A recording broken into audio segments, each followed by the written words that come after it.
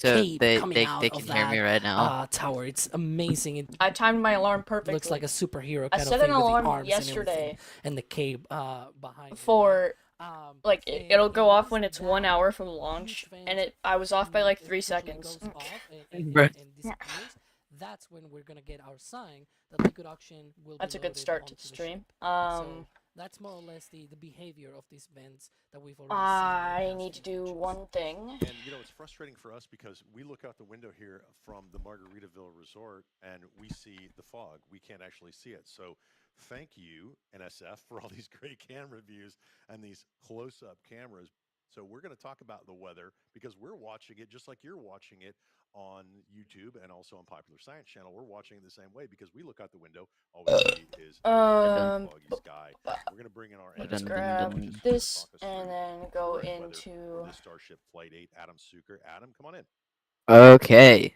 So are we in the live stream? Yes, you are. I why can't I hear myself through the through your own live Because it's watch? muted. Why did you mute it? So that Unmute it. there's not a feedback loop. Unmute it. I dare you. Just do it. Around 70% cloud cover around 5:30 the launch window. Guessing, if they were right up the launch window there. It was Now, view. with this Okay. cloud graphic, if you notice, Grab this. south there and just into the Gulf, you can see there is clearing that is slowly working its way up towards the South Texas region. The only thing is that clearing is actually, it looks nice out there right now where it's trying to like clear up a little bit, but there's a little bit thicker clouds that's going to come in right about the start window around 5:30. If hold off a little bit longer, say we try to get a little closer to the last. Here's my plan. We're gonna stay on the NASA space flight stream So depending on the exact time of launch, until clouds are going to act for us. you know It's at the start of the window. SpaceX goes live on X. I'll watch that instead. Clouds that are come over. That one will be way better. Toward the end of the window, we could actually see some clearing come up just in time. Something the models didn't pick up very well on, except for that 5:30 window. We were expecting to see some cloud cover. So now everybody's going to talk too about the foggy haze look. So what that is, there's if you can go. Yeah, we're about 1 hour from posted. So the launch. basically, what's Another Starship that hopefully will not it's a red arrow. Yes, the red arrow that's pointing. Stop existing this time. That's a temperature inversion. So Not gonna lie, I want to watch it explode again. Why? Because it looks good when go boom. Is a temperature inversion. So that Okay. is heat aloft. When do you want to go to Mars? Suppresses a lot of stuff, and it also will I if, don't. If this test is successful, with that being said, with the southeast we will have you're getting like that sea mist a and dummy Starlink deployment, down in that first couple and feet, so I really hope, really hope that there's cameras on one of, like, the NASA spaceflight team has been saying this as well. I really hope that there's cameras on the dummy Starlink so you can see it exiting the bay from its perspective.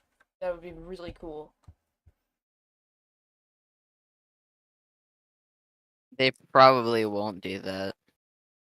Why not? Why wouldn't they do that?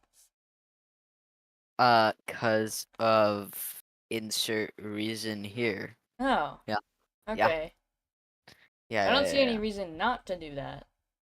I don't see a reason to do it. It looks freaking cool. That's the reason. So does a lot of stuff. Yeah? But this will look freaking cool. That doesn't. Yeah, it is a reason. No, it's your reason. Yeah, that's all that I can this is come up Elon with. Musk we're talking about.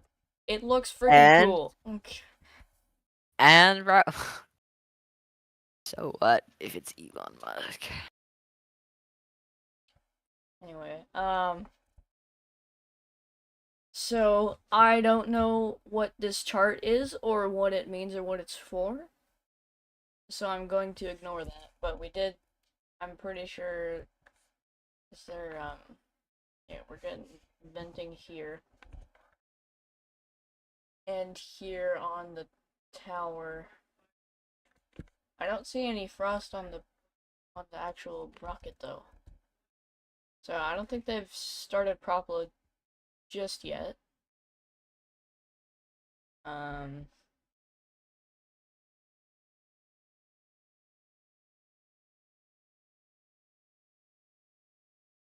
don't know when that is going to start though.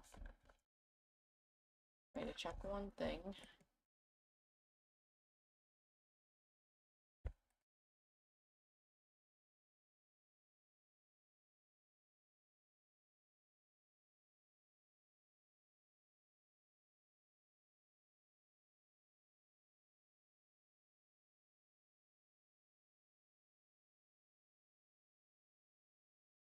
Oh yeah, that's what I wanted to do. How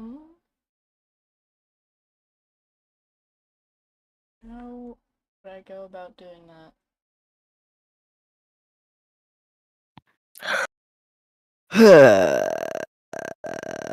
I'm gonna add a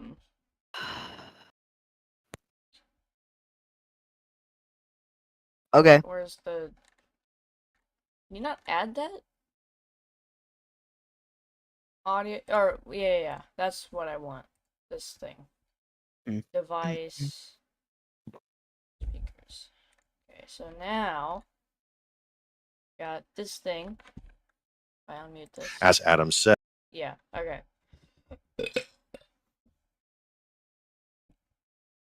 So now what I'm going to do is start playing music, I guess. Cats on. Wait, this is perfect. What? Mars. Cats on Mars. What? Oh. Okay. I guess. Yeah. Just make it a bit quieter. Perfect.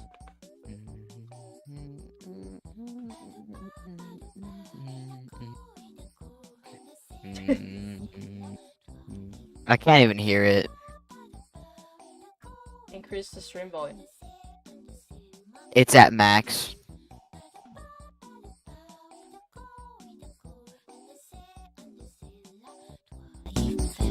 Hear it now?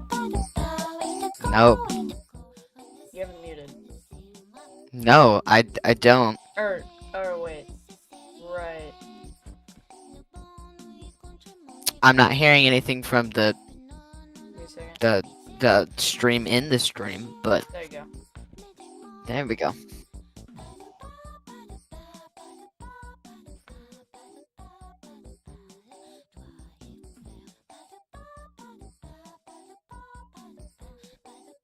So, I think this is much improved. The stream. Now we have background music. And it's fitting because it's Cats on Mars and Starships. The whole point of Starship is to bring people to Mars.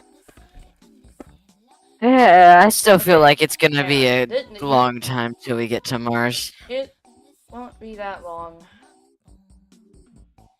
It will probably be on Mars before I turn 20.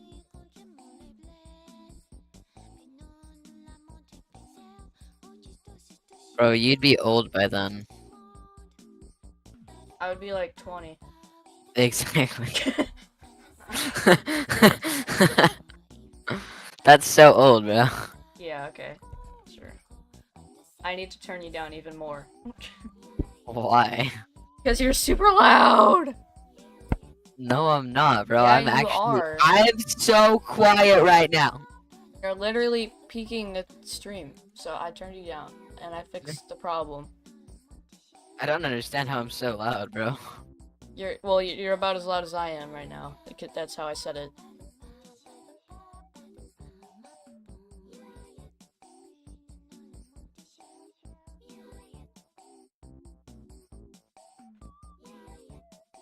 Let me put this on my other monitor.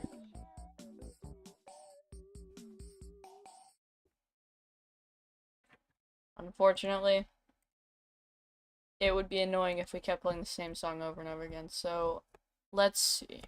But it's so bad. Let's keep it on the. Yeah. Let's keep it on Cats. For some, I don't know. Pump it up, kitty. Just pump it up, kitty cat. Way This is great stream music, said no one ever. Alright.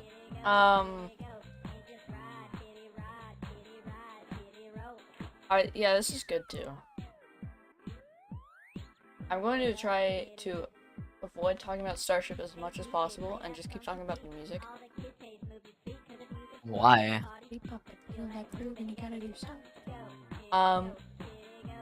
Good question. So, I'm gonna not do that actually. Okay. 50 minutes from launch. Wait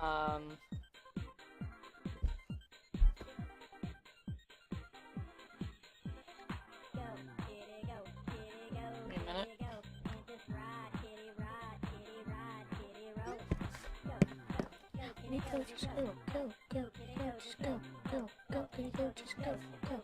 Stop!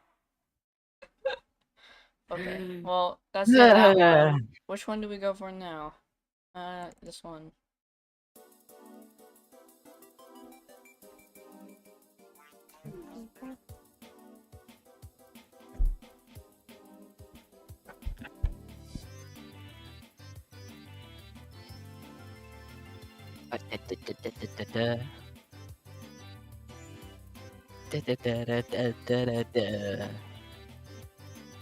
Made it too loud. It's so good, bro. Don't turn it down. It's so good. Oh, wait. Oopsie.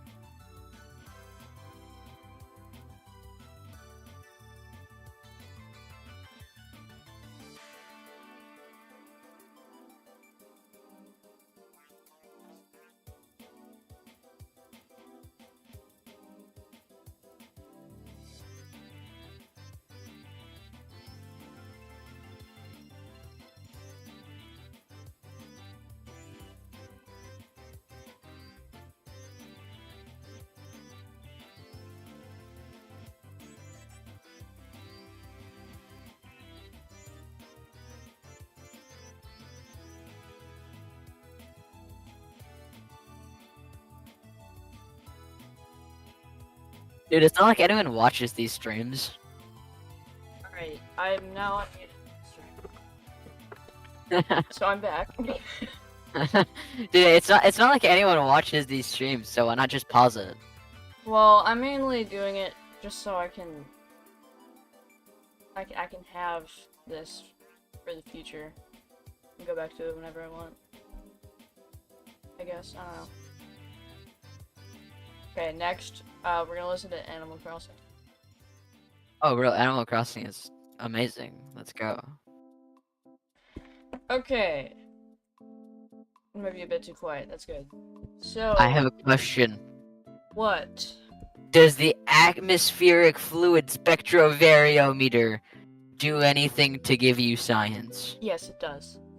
Good to know. What about the surface scanning module?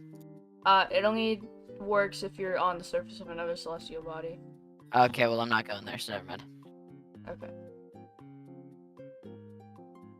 So, you have any questions about what this mission is about? What are we doing? No, we're going to Mars. That's all That's I need not to know. this mission. Well, no, it is, bro. You're wrong. We actually it actually is. So Okay. yeah. Right. I'm not wrong here because I'm not. So, I fixed the "you're way too loud" problem. Oh, you did? Yeah, because it turns out I had your audio in here twice, so, you were twice as loud as you should have been. I love being loud. It's very fun.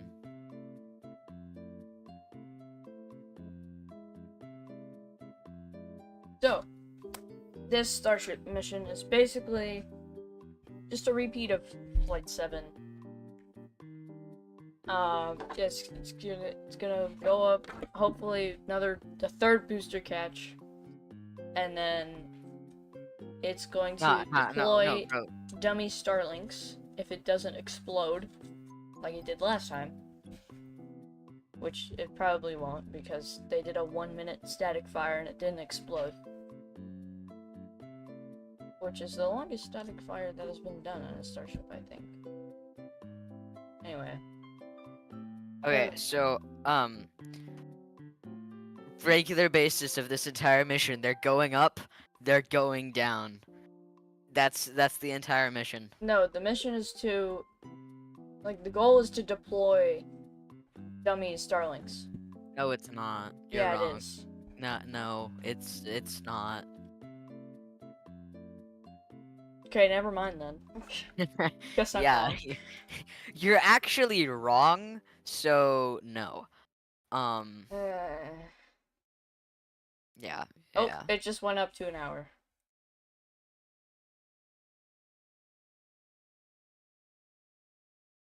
The launch just got delayed.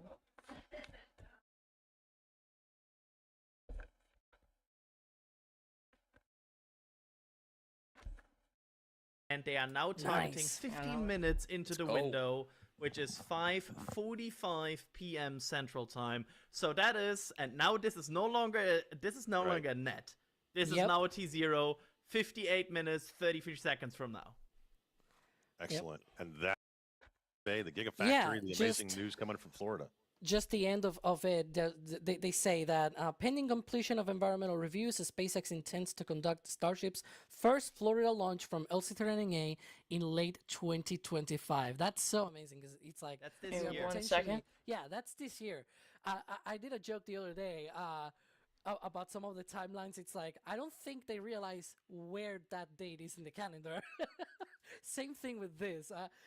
We'll see about late 2025. I think it's more likely 2026, but hey, SpaceX proved me wrong, right? As I usually say. They're obviously talking about Slick 37, Space Launch Complex 37 at the Kennedy, not the Kennedy, at the Cape Canaveral Space Force Station. SpaceX has been given a limited right of entry for Slick 37 in support of conducting further due diligence of the site in order to move forward with the environmental impact study led by the Department of the Air Force for Starship and Super Heavy operations at the Cape Canaveral Space Force Station. Slick 37 was built in the late 1950s and early 1960s. NASA used the pad from 1964 to 1968 for testing of the Saturn I and Saturn 1B rockets as part of the Apollo program. From 2000 and 2024, the Wait, pad was used I have for to the do Delta IV this will rocket. be so cool. So, yeah, Give me a second. It's another historic launch site, of course. Saturn 1, Saturn 1B, and of course the Orange Queen, I guess, if you don't count SLS, which is the Delta IV rocket, and the Delta IV Heavy rocket as well. Just had its last launch just last year, essentially. That is amazing news, Alex. And obviously, we are all looking forward to the amazing things that are going to happen from Florida, but also here in the next 56 No way you're using minutes. 70s And what I style want to see in music. chat right now, I I know, wanna see some I'm people gonna getting time crazy. it perfectly Tell us where when you're it coming from and launches. You're ready to see Flight 8 as we are go for prop load.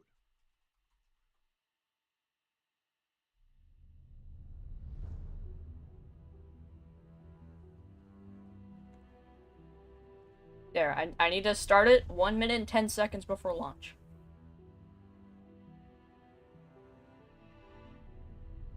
Oh my gosh, that looks so weird now. Kaboom! That one's my favorite. Wee. Oh. Oh yeah, more booms. Man, Starship without a heat shield just looks wrong.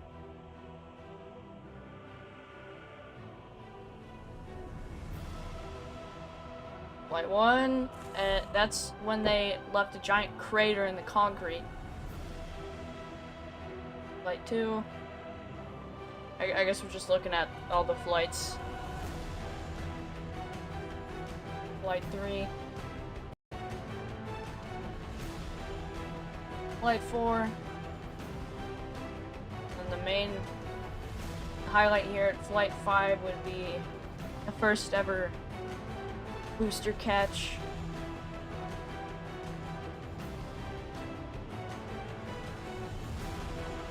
Flight 6. Booster landed offshore. But Starship survived re-entry.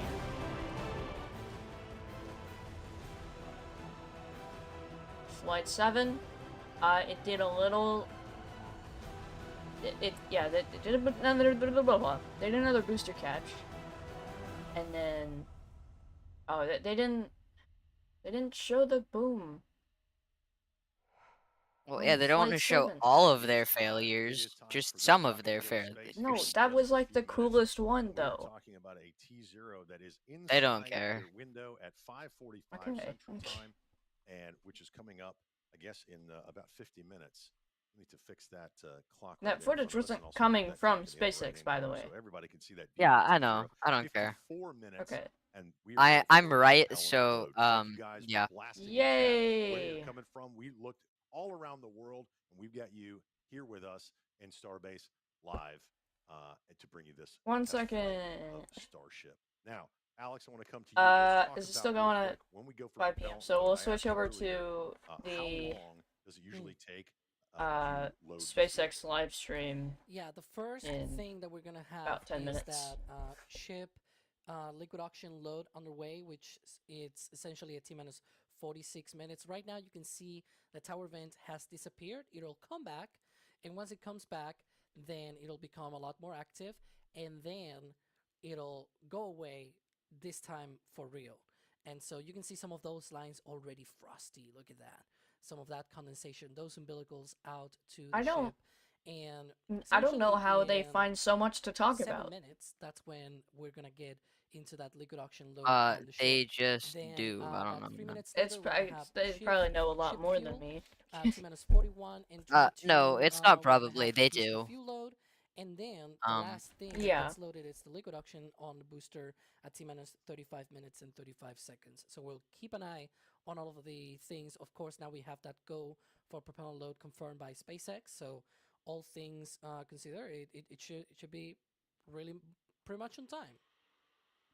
So you can hear some of those Yay. venting sounds in the background there. And one of the things that we talk about is the scale of this rocket, Hang EJ. on. We zoomed in on the tower earlier, What and is you were this? talking about that's a staircase, those are stairs. And I think you lose the scale of this rocket when you see it on the screen. And we've been out there and had the opportunity to look at it. And if you get a chance to come here, come and look at the size of this rocket. But we have a demonstration for you of actually how large this rocket is. The amazing graphics designers of NSF have done some work to show you the scale of this rocket. It is 141 meters tall, and there are some very familiar buildings coming up. The Statue of Liberty, Big Ben, and the VAB, the Vertical Assembly Building at NASA in Florida, is 160 meters. Big approximately. rocket. So this is a big rocket. That's what I 123 said. meters from the bottom of the They're rocket copying to the you. top They of the definitely rocket. didn't like. And now we're going to put it up against think some of that other well-known themselves. rockets, EJ. Look at the Falcon 9 over there on the left. And the big boy, the SLS. We just launched the first New Glenn a couple of weeks ago. Yep. There's the Great Space Shuttle at approximately 56 meters. My favorite. So you get a scale of these rockets up against the LVM-3, the Vulcan rocket, and again, the SLS, again, carrying humans into space. This is the largest rocket ever flown. Oh, yeah. And here in about 51 minutes, we are going to hopefully see this one launch as well. And So that the explodes. block twos. This is the block 2. This is the block 1. You can see the difference on your screen there. It's a bit taller. They've changed the configuration inside the ship as well. We're still flying a block 1 booster, but we have a block 2 ship, so it's a little taller and holds a little bit more fuel. And if we really wanted to go down the rabbit hole of that, we could get Alex in here to talk about it. But I think I'm just going to give him a break for a minute, because what they did is they did shrink, I think, the payload volume just slightly to give it a little bit more fuel. Yep. But as we go into the block 3s, we're going to see that stretch. And hopefully Alex is nodding that I'm saying things right and not shaking his Yeah, head you that are. I'm saying things wrong. Thank you. I need that confirmation. So EJ, I mean, this is a massive ship that they're about to. It's a monster. It's big, and it's only going to get bigger. Yep.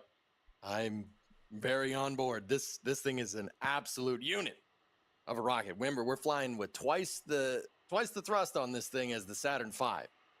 And the Saturn V is the one that put people to the moon, which is pretty crazy. And hopefully, you know, with the help of Starship, we get back to the moon someday. But I'm telling you, this thing is a monster. That first stage is 22 stories tall, right? So picture a 22-story building. That's what that first stage is.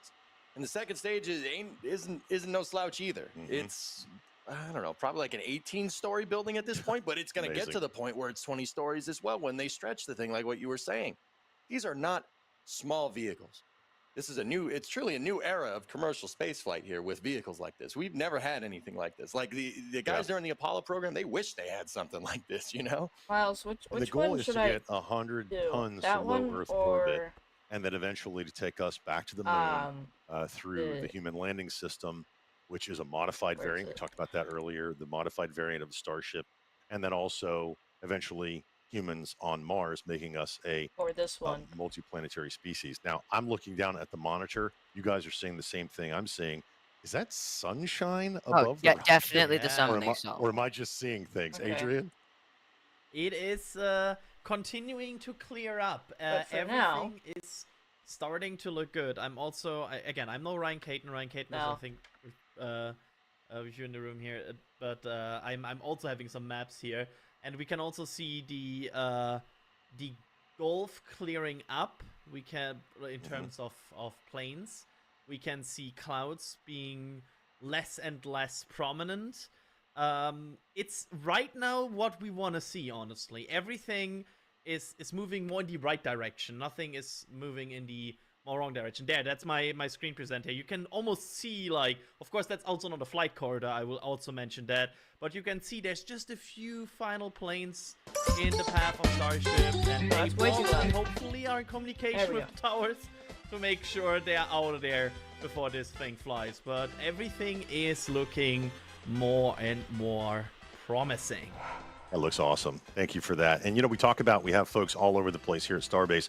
Not only were they setting up cameras, we here at the hotel at Margaritaville Beach Resort have Doss up on the roof, and we may check in with him in a little bit. But we also have the one and only Jack Byer, who's at Rocket Ranch. Jack, what's going on out there at the outpost?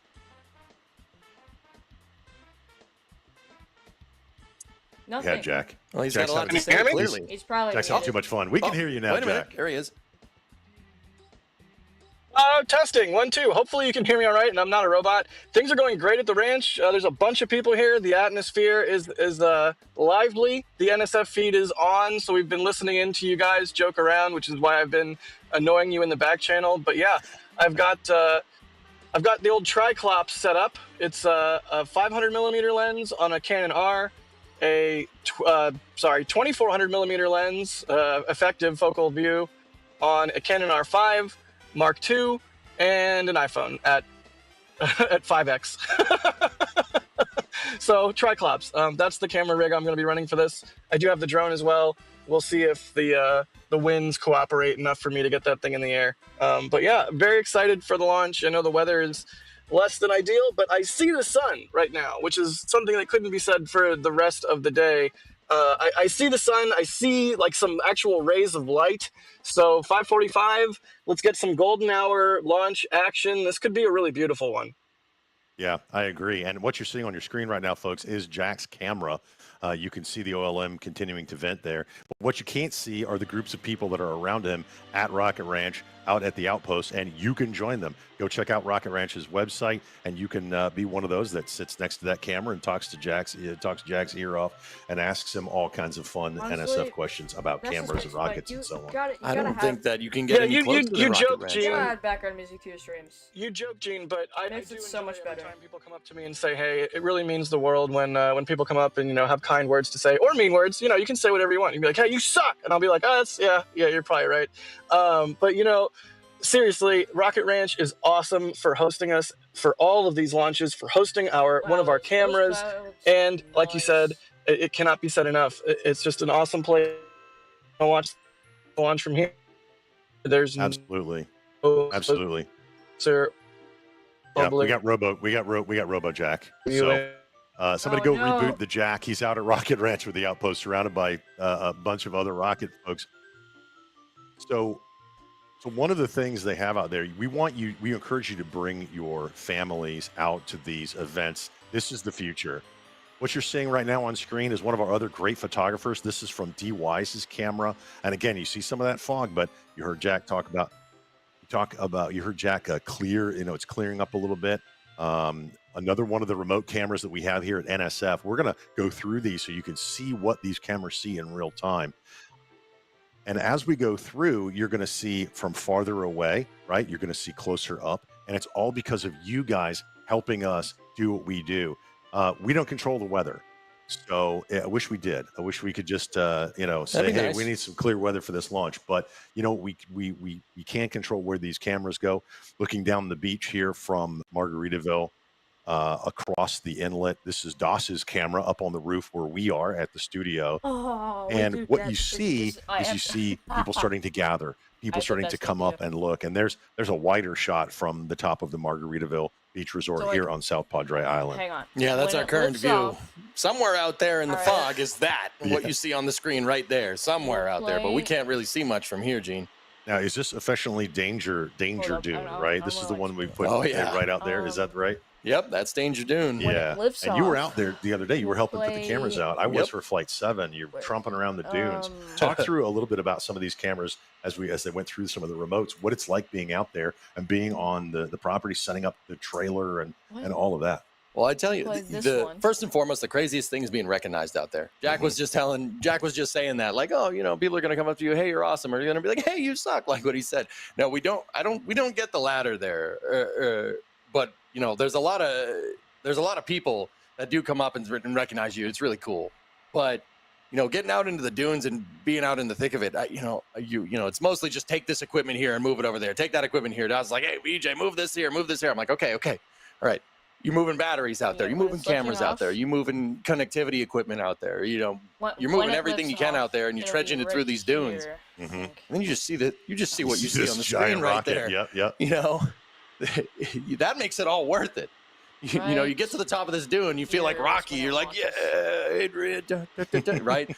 You get to the top, and then you see the rocket there, and that's the When- payout, right? And then Yeah. you lug the battery down. You're like, wow, I'm not as young as Right I here used when to it be. launches Oh, is what'll geez. be playing. But yeah, it's fun being out in the dunes because you get to see that starship up close. And keep in mind, there are cordoned off areas around Starbase that you really can't go. You read the sign, don't go where you shouldn't, but you can get pretty But dang then- close to this thing. It's unprecedented. There's When the been booster nothing like catch this. happens, Like no one could just walk up next to a Saturn V.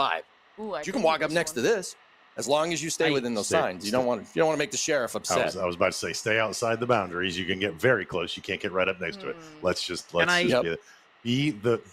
be respectful of SpaceX property. Stay off the property. They allow us to get this close for now. Yep. For now, we don't want to mess that up for anybody in the Mhm. future. These are some of the great remote cameras, and then we go I back to the think danger I pool, have which is to quickly super- cut in here. Go ahead, Adrian. We have loading of the ship.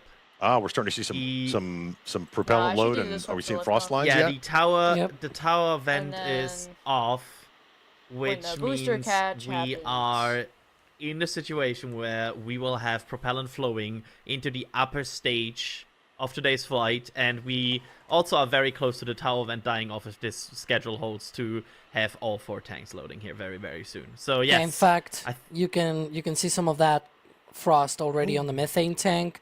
About to see it also on the liquid oxygen tank because it's a bit discolored as well. That's sort of the process do well that one. before that. We can also then see when we're in some venting space, from the engine chill vents. Like when we're looking It's at the not Starship engine chill time cams. yet, but they start We'll play venting when this they one. start this propellant load.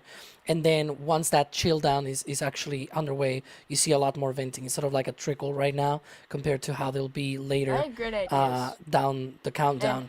you know, I'm also just not you will realizing start that, seeing soon as this well has some absolutely frost nothing to on do the with booster methane like, tank the purpose of because the they've stream already right now. started that as well. And later, bit Yep. like 5 to 10 minutes from now, we're gonna so see I'm the gonna start same for the playing liquid music and auction talking side about of things. Starship, I We're gonna guess. see also that oil and vent disappear. There we go.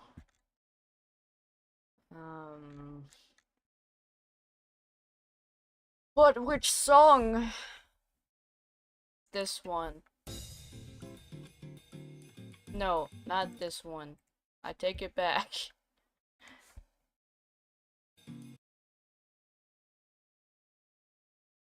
This one. Oh yeah, that's good.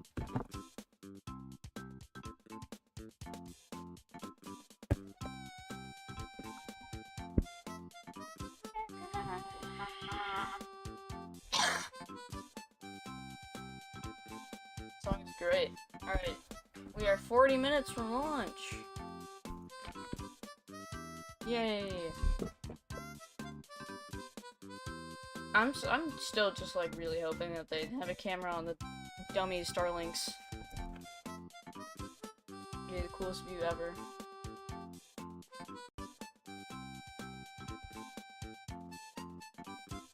Also, Miles. What? Switch over to hang on. Go over to the bros.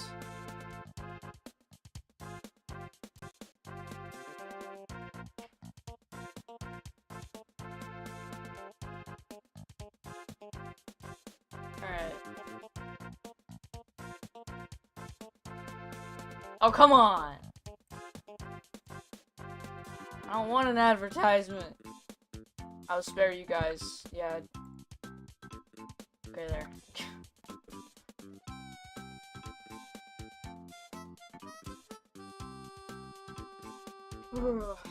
So, hopes for this launch. It doesn't explode. It survives re-entry. And it goes up. And it's a booster catch. I think we're guaranteed it goes up. They did that first try and also all of the other times. You sure about that? What if it like blows up as soon as it starts? Just wee boom, I think gone. it's gonna do that. Then all the people that get close to it, smoke everywhere. Why are there people close to it? Well, They 'cause shouldn't be there. I don't know, man. Cause Yeah, 'Cause I of- don't know the exact range, but I know you can't be within like a couple of kilometers of it when it's launching.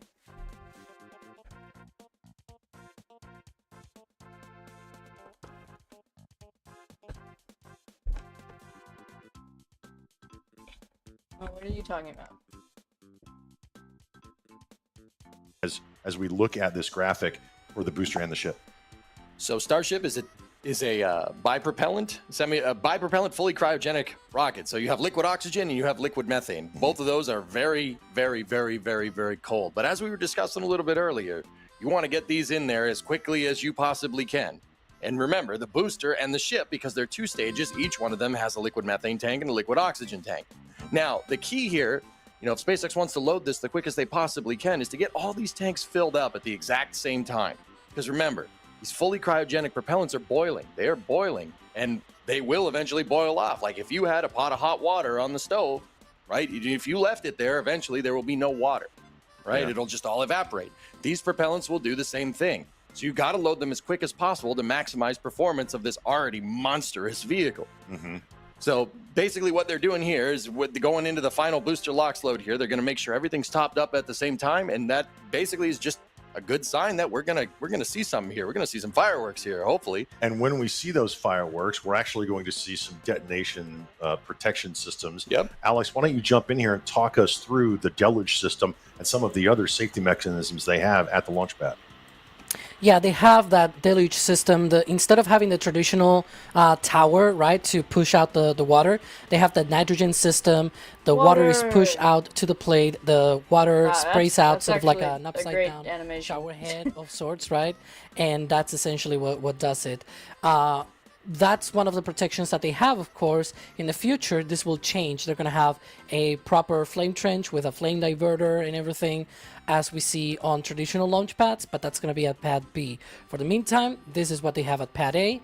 It works for now, right? And so they obviously will optimize that with the pad B launch hardware, I guess. And when they do go to that pad B, we're going to see that two-directional flame trench, and that's going to be water-cooled. Are we going to see, like we normally do on these flights from the pad A, are we going to see that big spray of water, or is that going to all be down in the flame trench, Alex? Most of it will probably be in the flame trench. One of the big question marks is going to be how they're going to be cooling down the OLM, because the launch mount will be water cooled, right? Oh, But dude, I just realized. So is the flame deflector So, on pad. hang on. Flight 9 is probably gonna have the first Starship catch. And I think this is actually going to be really risky compared to the booster because they would be doing the belly flop maneuvers well. So,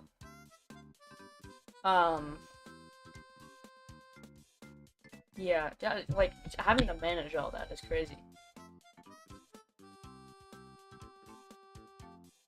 Are you there, bro? Hello?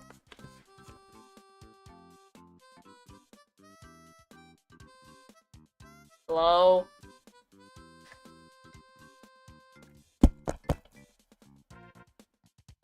Are you there?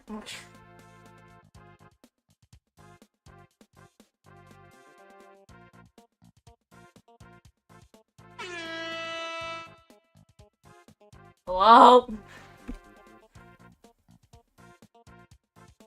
Dude. Okay, so, he has left me. So I guess I'm gonna talk by myself now. Oh, wait, there's frost. We're actually starting propellant load. Yay! The frost indicates where the fuel is because of how gosh darn cold it is. It just freezes the outside of the rocket.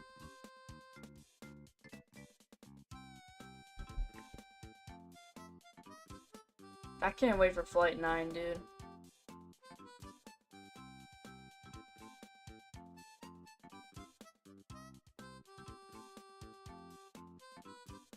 Let me check something.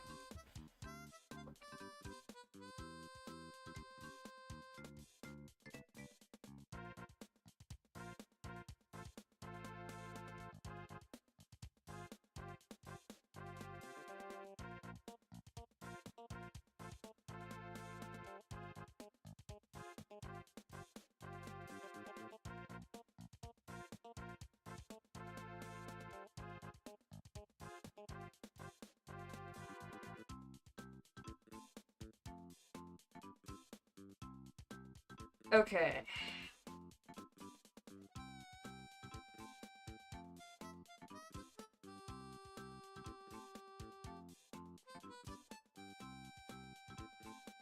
Alright, test complete.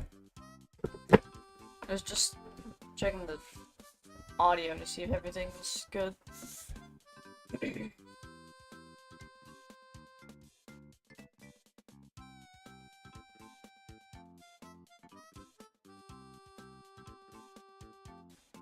I don't think you realize how much, like, what do you call this? I'll just call it fuel boil off. Hey, camera, where are you going? Oh! What? What is it doing? Is actually a PTZ, a pan-tilt zoom. It can move around, and we can actually watch this thing come in.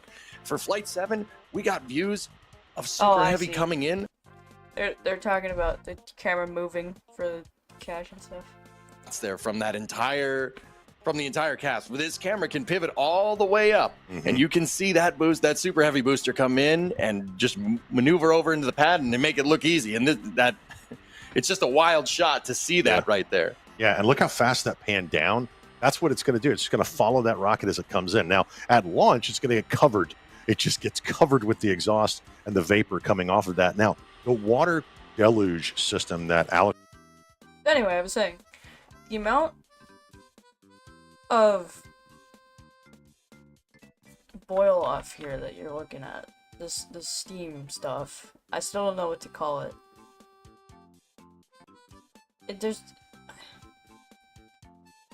Again, we're comparing this to the largest rocket ever made in history. The amount... I don't know where I'm going with this. Alright.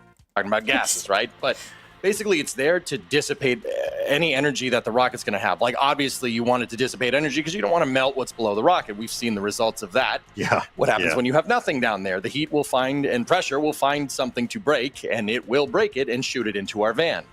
You know, that was fun. That's right. Yeah. So you want the water. Sorry, you want the water down there to basically dissipate some of dissipate the pressure down there and dissipate the heat. It will turn to steam, absolutely. And it's also there to absorb the sound. Water's also good at absorbing the sound because the rocket, and this is not just super heavy. This is pretty much any rocket. Rocket engines are so ridiculously loud that when you're leaving the pad, the sound reverbing off of the deck of the pad and off of the ground is enough to induce vibrations on the vehicles. Not quite the same, but very similar to what we saw on Flight 7 with Ship 33. It's enough to induce harmonic resonance on the vehicle and cause something to break, right? A good example of that would be on STS-1. The SRBs were a little too spicy. They put a little too much jalapeno in the propellant. They don't do that. But, hey, you understood what I was saying, right? They put a little too much spice, and the SRBs actually overperformed. They overperformed so much that the sound from the SRBs reverbed off the ground and shook tiles off of Columbia. Now, thankfully, Columbia did come home that mission, but the sound from these vehicles is so ridiculously powerful. It can actually damage the vehicle on the way up. But that's why they throw all that water down there. That's why on Pad A, we have that shower head. That's why on Pad B, they have those flame buckets. They have those diverters to get the flames and the heat and the pressure away from the vehicle and the sound as well. As we get closer to this T0, we are under 30 minutes, and I want to see some stuff in chat. I want you guys to go crazy as we are within 30 minutes. We're now T-minus 28 minutes, 20 seconds from launch, and that's a big deal. We should start to see things in rapid succession as we get closer. You can look on your screen. You can see the frost building up. Once this vehicle is fully fueled, I'm going to bring Alex in here. We talk about they have a potential 40-second hold, but you can see the clouds above the launch site. From our perspective, there's still some ground fog. We can't see anything, but we have these cameras, and they are going to bring you some amazing views. But Alex, some of the things that are going to happen in this timeline as we go forward, the next big thing we're looking for is for some Raptor engine chill. When is that going to start? Should be in about 8 minutes or so at T-minus 19 minutes and 40 seconds. That's sort of the plan for the Raptor chill down. And is that both the booster and the ship? Yep, both stages at the same time. All 39 engines getting chilled down. It's almost like a progress bar on your screen. When you see the frost, you can see the frost going up. It's a progress bar, and we all want to fast forward and get to that point. Adrian, I want to bring you into the conversation. You've seen as many Starship launches as the rest of us. Oh my we need that progress bar to go faster. How do we do that? How do we get that progress bar to go faster and fill the ship? I think it has to do with all the great people in our chat. Hello. Yeah, I was not aware of that when I started. See what I did there? Gosh. Yeah, There's a shovel pass. That is so much longer than I thought it was. I totally was about to answer the question how to fill up Starship quicker. Tell us. We all want to know. We want to know. Give that information to SpaceX. I mean, honestly, they're doing that. Cool. Is it better? Is it better than the one that you had before? I hope it is.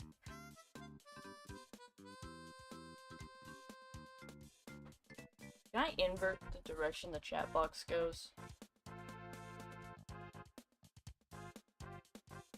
That's good. 100%. Okay.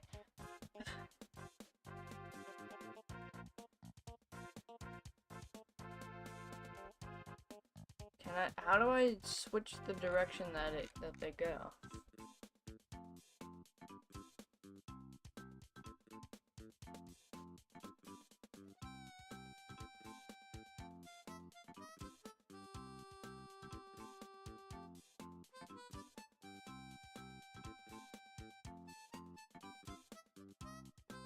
I don't know how to invert the way the chat goes.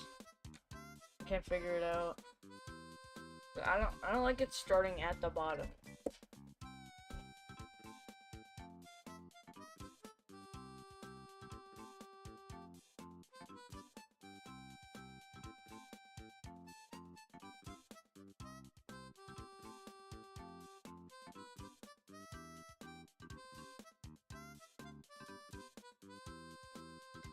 Ooh, there's lots of frost on it now. Prop load is going. I can tell you that much. How is this song? How is this song still going?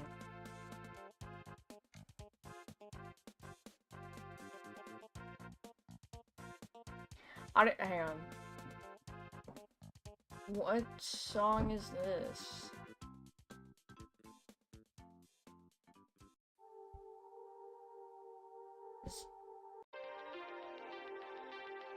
Oh, it's this one.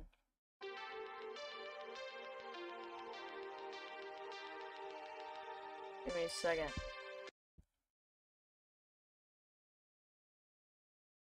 You sent me a pic? Hang on.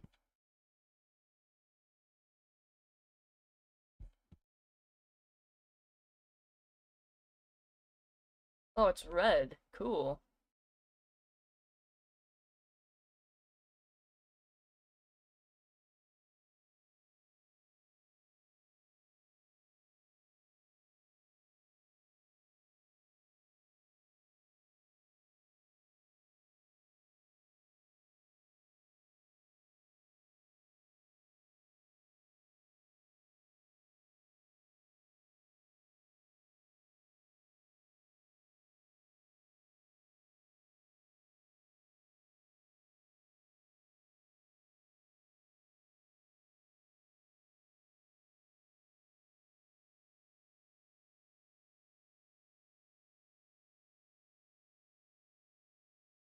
Yeah, you're playing Fortnite. I'm not surprised that you're playing Fortnite.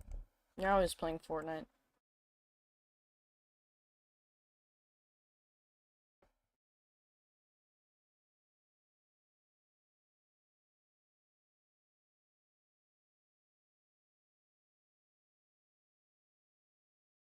The director just went into the countdown sequence and he said there's a hold, the usual hold.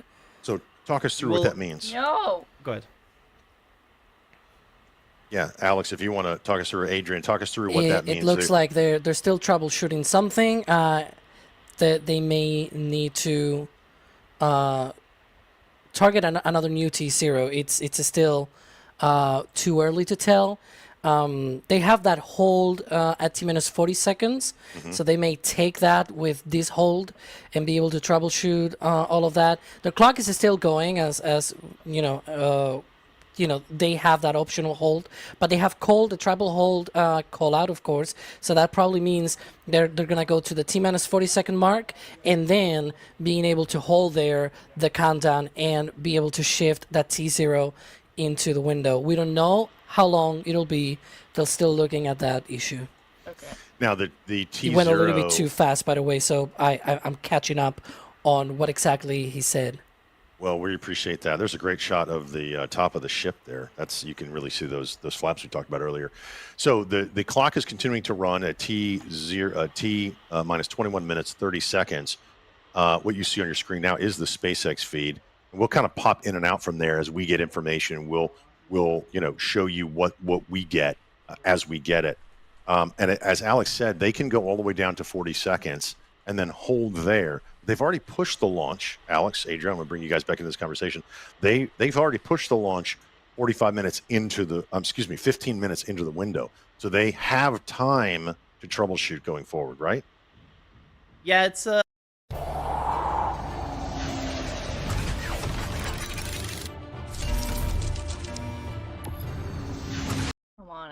kind of locked in there. Starship has way more wiggle room. Starship is still able to top off. Starship has, as we talked about, the T-minus 40 second hold.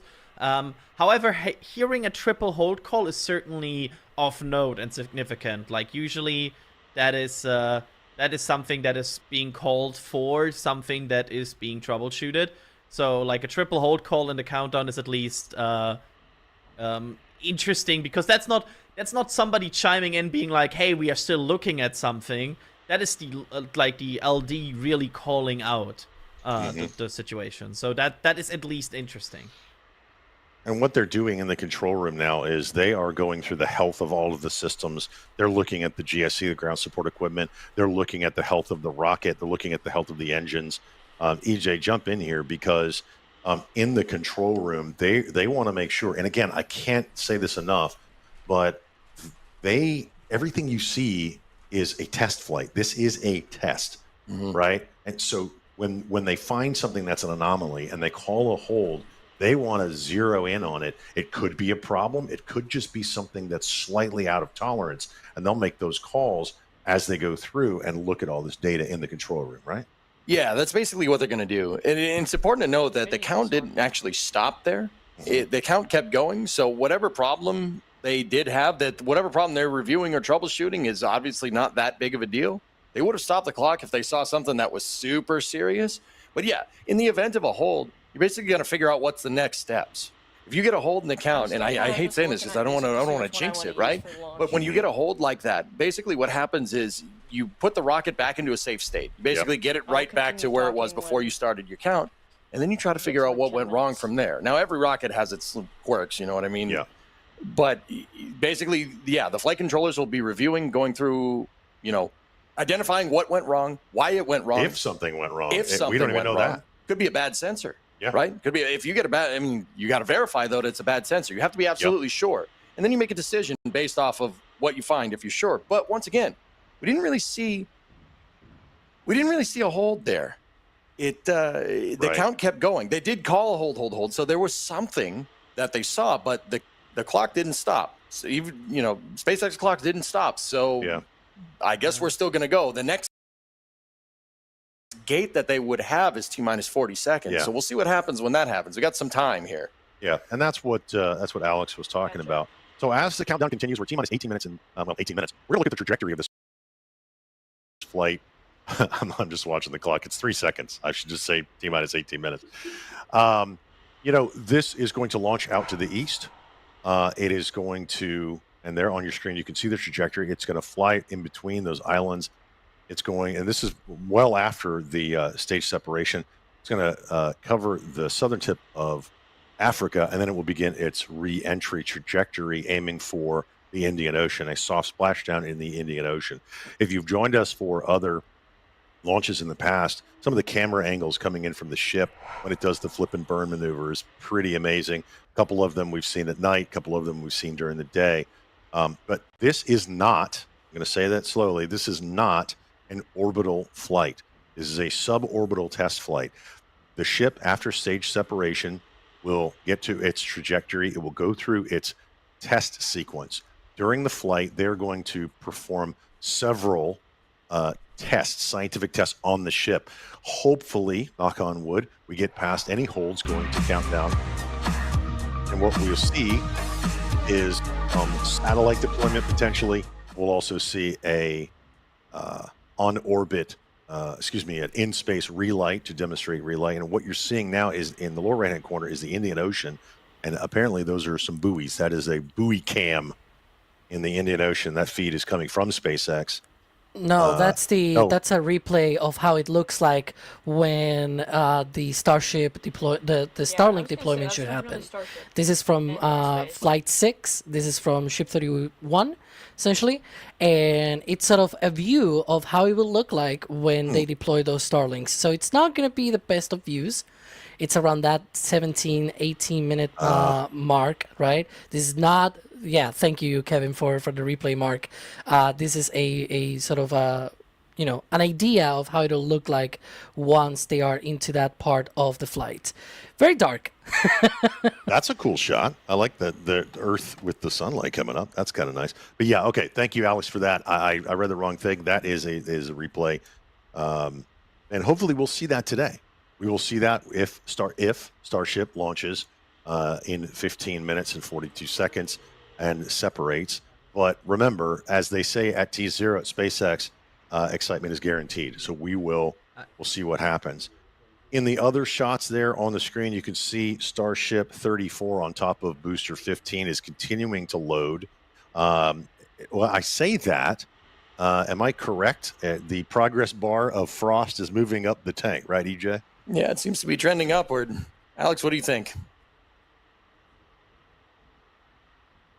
Alex. Not Alex, Adrian, but yes, okay, they're still Adrian, loading. what do you think? I'm jumping in. Yes, they're still loading. It's an interesting situation. I'm not aware of other rockets calling a triple hold and then just continue to load. Quite interesting scenario we are in here right now. But yeah, they seem to be continue to hold. I'm also looking at the NOAA like satellites updates from the clouds and everything. And you know what you can also see at this point? The shadow of the sun going away rapidly approaching Starbase, because this thing at this point will launch in like twilight-ish conditions.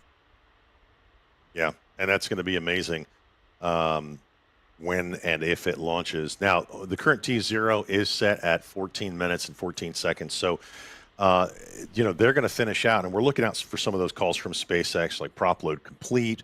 We're looking for other things. I know Alex is working a million things at one time. We are looking at a live view of the ship on the OLM, on the launch mount, and ready to go here in just under 14 minutes. But again, we had a hold call. We don't know why. We don't know what's going on. We don't know if it's wrong. We don't know anything. But it looks like they are going to continue propellant load, and the countdown is going to continue. And they may or may not hold at the T minus 40 seconds. Now, Adrian, how long can they hold at T minus 40 seconds? I think the last update we got was up to 30 minutes-ish. It's of course always depending on potential tank farm and also flow optimizations. We don't have a update on like current version, but the last updates was about 30 minutes-ish. And the window right now with the current T0 would go for another 45 minutes. So that is the situation right now. Sorry, did I hear you correctly? The window is 45 minutes, but the hold can be the entire 45 minutes? No, the hold can be probably, at least from our latest update, was about 30-ish. Okay. Of course, it's an experimental rocket, right? Like, could they have expanded that hold capability? Yes, totally. Is there maybe like a wiggle room? I don't know. Yeah. That's actually outside of our knowledge base, but somewhere between 30 to the minimum and 45 to the maximum is their hold. So we were expecting a engine chill call about 8 minutes ago. Did we get that call out from SpaceX? Did we hear that? Alex or Adrian, did we have that? Sorry, can you repeat that? You cut out for me. The Raptor chill normally begins around the 20-minute in the countdown. Did we or did we not hear that call out from SpaceX? I'm not fully sure if we heard that. Okay. So at T minus 11 minutes, or just under 12 minutes now, we should have heard the Raptor.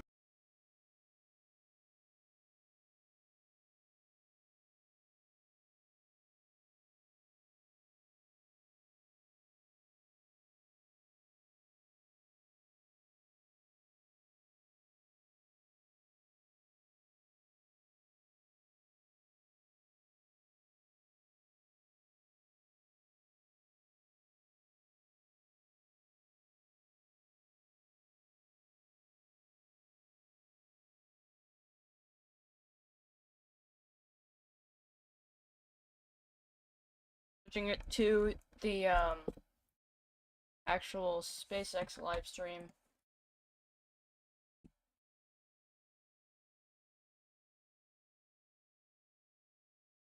There you go.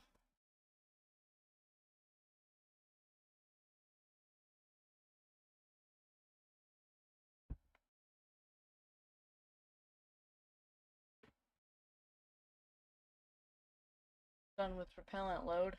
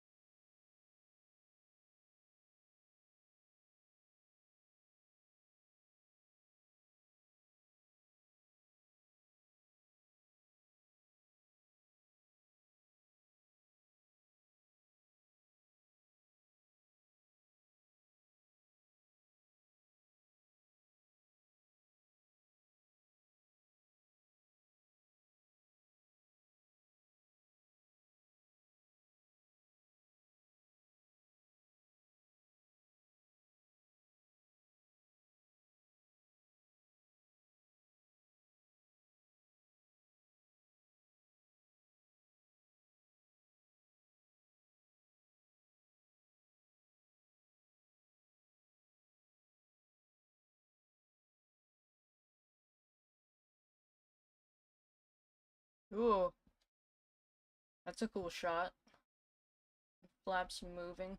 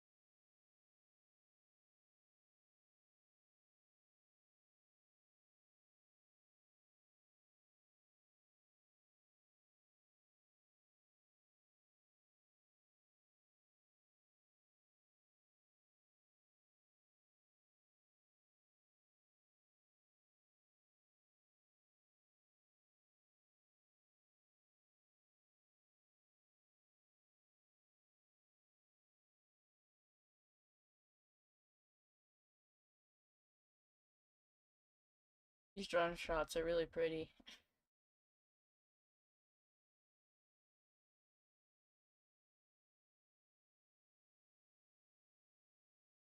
I am back. Finally. Yeah, I Oh was gosh. dealing with my dog. Yeah, we've switched over to the SpaceX live stream. Yeah, that's what I thought. Heavy will return to the launch we're site, the good now, same but exact not launch really. site that it Not lifted really off off. from, reignite its engines to slow the vehicle down. Here we see playback from a previous booster catch. I believe that was our first booster catch. The vehicle will slow Yeah, it down, was. tower arms will come out and catch the booster. And just like the last few times, literally thousands of different vehicle pad criteria have to be met before we bring a booster back and try to catch it. We need healthy systems on Super Heavy, on the launch tower, and we need that final manual command from the mission's flight director for the day. If that command isn't sent before we finish the boost back burn, or if any of those Almost automated health 5 checks kick us minutes. out, the booster defaults to a trajectory, takes it to a landing burn and a soft splashdown in the Gulf. Yeah, we have said it multiple times before, but it still holds true today. We accept no compromises when it comes to ensuring the safety of the public and our team, and the return will only take place if the conditions are right, and there are many of them. So there's a chance that we may not get to catch the booster today. Yeah, and one aspect to the return and the catch of that booster is the audible sonic boom. In the area around the return location, that happens as the booster's slowing down from supersonic speeds. It's similar to sonic booms that were heard during the return and landing of NASA's space shuttle for anyone that was in Florida for those. Sonic booms like these are unique to vehicles returning from space and are one of the hallmarks of reusable systems like our Falcon 9 and Falcon Heavy vehicles. The general impact to those in the surrounding area of a sonic boom is basically a brief thunder-like noise, and I've heard sonic booms before, but I got to experience my first in-person Starship sonic boom on Flight 7, and I can confirm it's pretty fun to experience.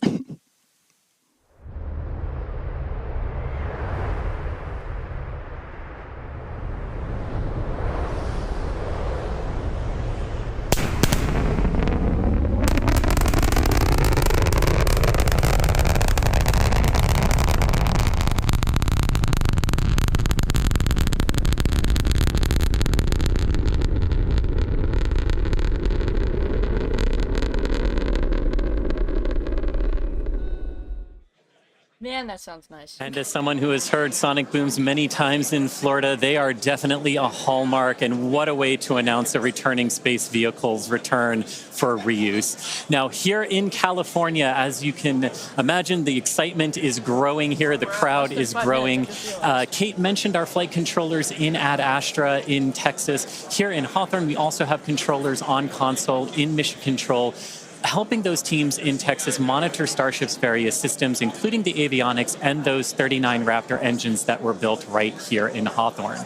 Now, with 4 minutes, 30 seconds to go, Dan and Kate, how are we looking for a launch today? So we are still looking good. We're just about fully topped out on propellant on both vehicles. The closeout's going to be coming up in about a minute on ship, and then about 30 seconds later on the booster. We are still hearing chatter in the background about the booster issue that we're tracking. We may still be able to pass the hold, but if we need to hold at T-minus 40 seconds, we have several minutes that we can hang out there and work to just kind of troubleshoot those final issues before we get the go. Once we're fully loaded on prop, which is coming up soon, we've got just shy of 11 million pounds of liquid oxygen, liquid methane on both of those stages. And then once we're done, we're going to see that we're going to hear the ground lines do what's called pushback. So all of that propellant gets pushed out of those lines back to the tanks, clearing the pad for launch. Now, in the next few minutes, the guidance system will perform a final alignment. The automated flight safety system will be armed, and thrust vector control, or TVC, checkouts will be performed. As we said, if we do need to hold, it would come at that T-minus 40-second mark.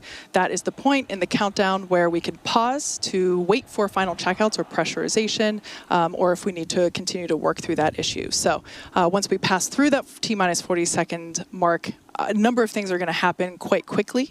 The ground spin and ignition systems come up to flight pressure. The ship's going to go on to internal power. And after that, the quick disconnect, or QD, arm lockout is removed in preparation for retraction shortly after T0. And once we do pass that T-minus 40 seconds, we still have the ability to recycle the count under certain conditions back to that T-minus 40 seconds and hold there to assess what happened and if we can proceed again to T0. But that's only in certain situations. All right, so we're just about 2.5 minutes away. We do have a couple of things, like if we hit T-minus 10 seconds and you see water start flowing out of the deflector, that is a reason for us to scrub for the day. Is that's once it's turned on, it doesn't turn off, and then we'll have to refill the tanks on both the water farm and the prop farm. Our team's gotten really, really good at refilling stuff really quick, so we can reposition for about a 24-hour recycle if we need to. Yeah. But speaking of we're things, coming up. We're coming up just under 2 minutes away. Now hearing we might hold at that T-minus 40-second mark while they still talk through a couple of troubleshooting steps. But again, if we hold there, we can hold there for several minutes, even with all prop fully loaded on the vehicle, before we can release the hold and decide to move forward.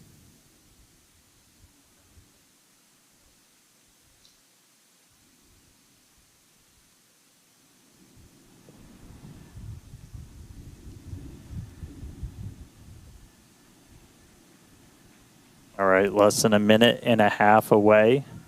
Again, keep your eye on the clock. Look for T-minus 40. We may hold there. It's not a rocket launch unless you're talking nonstop in the background until right before you lift off. Once again, if we hold at T-minus 40 seconds, we have an opportunity to hold there for several minutes. This is unique to Starship. We don't have this ability on Falcon.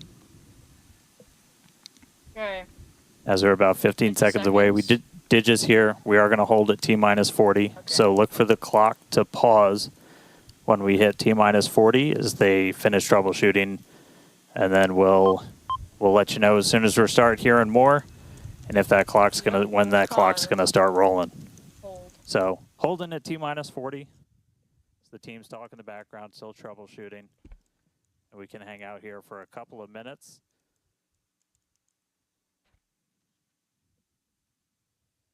I'm gonna do an audio test real quick. Sounds like we cleared the issue on the booster. We're now holding for a late braking issue with ship, so they're talking through that right now. Dan, you mentioned things that we've gotten really good at. It's incredible to think that we just stacked this vehicle earlier this morning, and we're already, through prop load. Prop load's pretty much complete and ready to go. It's a very slimmed down timeline. Yeah, this by far will be our fastest. We stacked the thing for the first time ever with these vehicles less than 24 hours ago. We really want to get to a point where we can, fly rapidly, fly as quickly as possible. And so this is definitely definitely a case to try and push that forward. No wet dress or anything like that with these vehicles. Absolutely.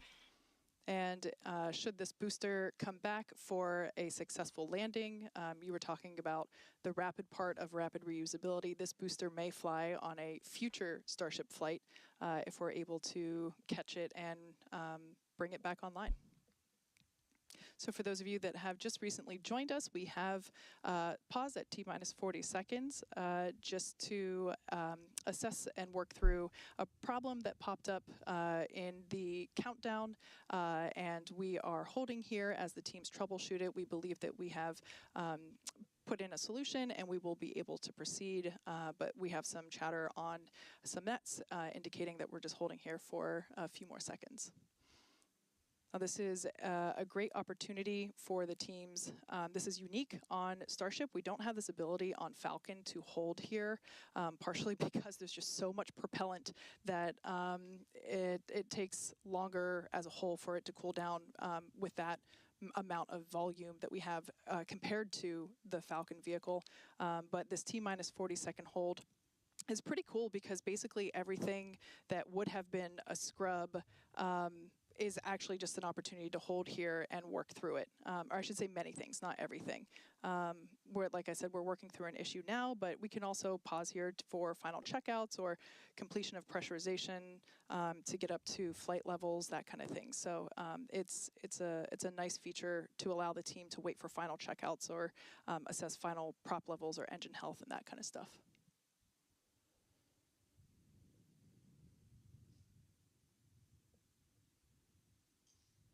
Okay, I'm gonna switch back to the NASA spaceflight stream.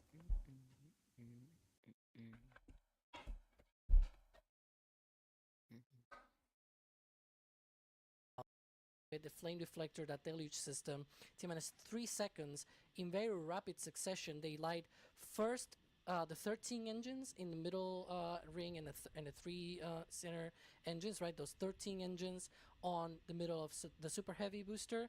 Then 15 of the 20 outer engines ignite next, about 1 second later. And then 800 milliseconds later, the remaining 5 ignite. These engines do not ignite all at full thrust. They're actually at partial thrust because the booster right now, or the rocket entirely right now, is not held down. It's just sitting there on the pedestals on the OLM, so it's not held down. They need to throttle up those engines, and that's the T0 mark. The T0 mark is the launch commit. If, for whatever reason, nothing were ready to go or some things were not looking good, then the vehicle will shut down the engines and not go. But if everything looks good, at T0, they ramp up the power, those engines, and lift off. That's why liftoff, it's like 2 seconds into the count, right? Like they go to T0 and then T+1, T+2, and that's when it starts moving because it needs a bit of time for those engines to ramp up to power and essentially, start moving the rocket. But yeah.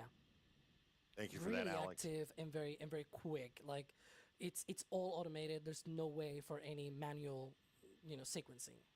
Yep. And as soon as it Helps reaches that with me 1-to-1 perfectly timing the ratio, song. right, thrust to weight ratio, it's going. And what did you say? The eventually the Raptor has currently the thrust to weight ratio. It can lift. I don't know. I probably put you on the spot for that. It's about 1.5 off the pad TWR. That's pretty fast. It's going to go when they ramp those up. The word we're getting right now is they're still working an issue on the ship. We are at a T-minus 40-second hold, which was expected. If you're just joining us, you're watching live launch coverage from NSF, NASAspaceflight.com. Also on the Popular Science channel, live coverage of Starship Test Flight 8, or Flight 8 is what we call it. And on your screen right now is Ship 34, which is stacked on Booster 15. And both of them are fully fueled, and we are 40 seconds from launch. The SpaceX team is talking about, is working through, they had an issue with the booster. They've cleared that green and ready to go for this launch. As alive as yes, possible. I believe we did talk about the hold limit. I didn't get an exact number. I'm getting a question. Alex, what is that exact number? How long they can hold? At T40? Yeah, I was actually asking in the back channel if we know if they have updated that, because at least from from the previous updates, it seems like it's about 15 minutes. We're already 5 minutes into the hold sequence. There you go. Oh, So- clock's moving. Holds We're moving released. forward. That's Launch. wait. We are go. It Here, looks go for like. launch. You're Wait, going to there we see go. Right when we said that, I went back to What's going on You here? got really excited there, EJ. Oh, come on. Jonesing. They're holding again.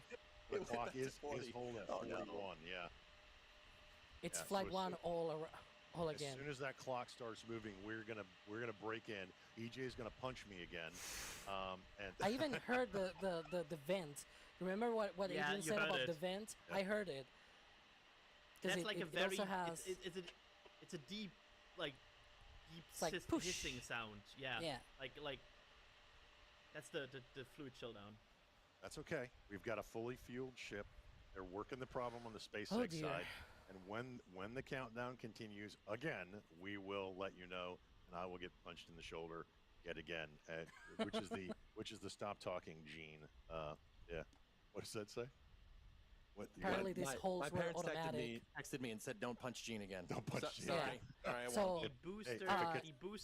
He boosted tripped some holes. So Oh, that, Yeah. just They- to explain that in non-rocket terms, there are usually some sort of redline monitors, and the booster basically went into an automatic sequence and probably tripped some of these redline checks, and with that automatically also triggers a hold.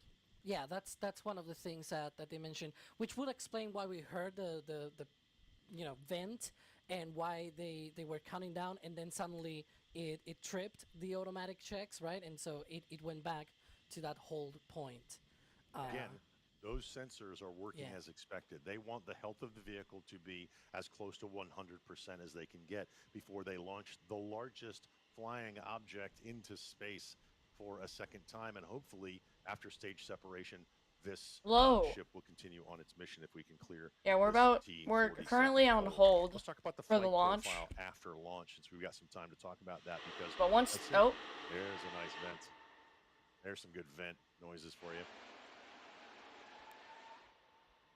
that's Wow, weird. They are all kinds of venting, aren't Anyway. they, Jay? When we're not on hold, Hearing all we're kinds of good stuff 40 here. seconds from Yeah. launch. So once it gets off the Like when launch we get pad off hold. and we get to stage separation, what's something called? We we're getting some have information Scrub! back. We have a So, scrub. We have a scrap for today. Oh, come on. Okay. Offloading the vehicle. That was a depress vent. Yeah. You could see at the moment these weird vent sounds came up, like Alex Yeah. and I in the camera were like, Mhm. uh-oh. Yep. That sound, exactly the sound that we didn't want to hear. We have a scrub for today. We're It familiar happens. with these vents because it's also what we see when they have a test, right? And then they abort the test. And we hear Okay. the depress vent before anything happens. And it's like, well, that doesn't sound good, right? And so we are trained already to hear that sound and be like, Yeah. that doesn't sound good. Again, these things happen. If it was easy, everybody would be launching rockets, and they want this vehicle to succeed. know- Have all these checks. Go ahead, Alex. Oh my gosh, I've had the screen off the whole time. That would have been so bad. Granger's got your safety needs covered. About it. That's right. We talked about We our countdown did. to launch, Okay. and Yeah. we talked about our stakeouts. Launch abort. Is on this one, they decided not to do the wet dress reversal, which is exactly what you just saw, fully loading of the vehicle right down to, I guess, T40. I guess on a wet dress, they do it right to like T3, right? T3 Yep. seconds. And then they stop, and that means they are ready to go. And this vehicle did have an issue, which is fine. Those sensors worked as expected. None of us like a scrub, but as we used to say in aviation, takeoffs are optional, landings are mandatory. So this was an optional takeoff. This gave them some data. They need to come out and they need to fix this. So, Alex, I'm going to bring you in on this one. Let's talk about what happens now that we do have a scrub for today's test flight. Yeah, so one of the things to consider, there are two things to consider. The first, That was muted. or rather three. So the first thing right gonna end now stream is now, 'cause it's a offload of scrub, that and propeller. I'm That's sad. why So, we're hearing a lot of see ya. venting.